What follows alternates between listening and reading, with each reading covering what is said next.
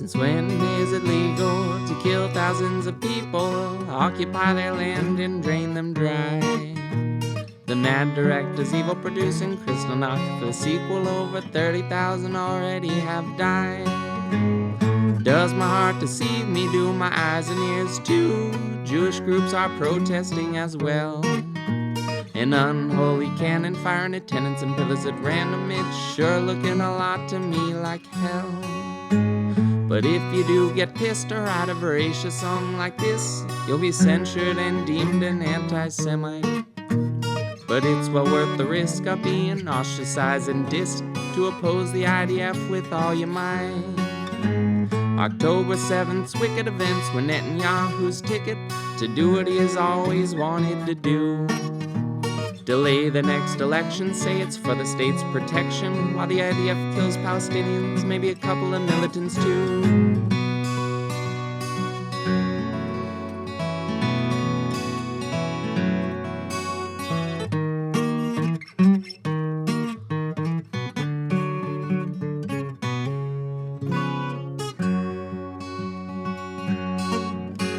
This war, the sure the worst, is very far from the first, with the West Bank and the Strip enclosed like cages.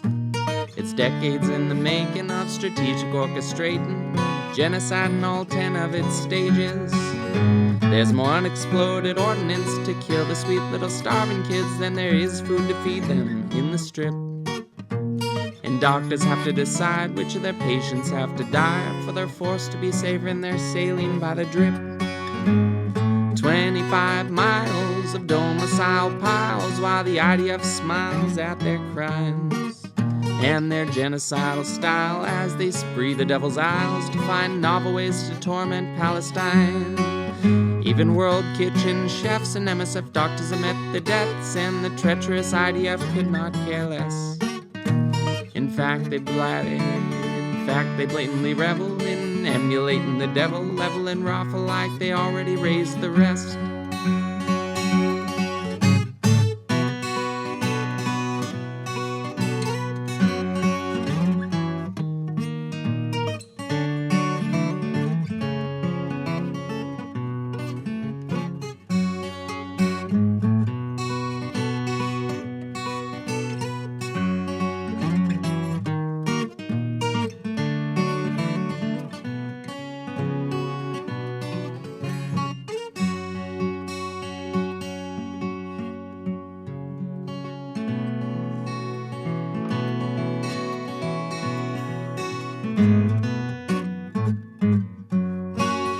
I hear them every day say the UN made it this way, Israel was approved by a consensus.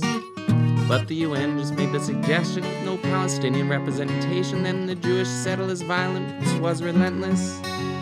Now across the US we're putting free speech to the test, while brave protesters fight for what they believe.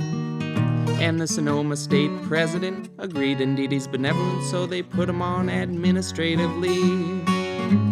Red line after red line crossed, I'll leverage all but lost, so sure enough they're blasting Rafah to bits. Surely if we stop the shipments of munitions and make a significant difference, their genocide weapons might have to be rationed a bit. I feel such national pride when we resist against genocide by training and arming Ukraine. But at the very same time, the IDF's war crimes are enabled and encouraged by the same. This song could roll onward for 100 pages longer, for there's no shortage of horrors for a verse. And as I start to wrap this piece, just then more news is released. It seems that every turn is for the worse.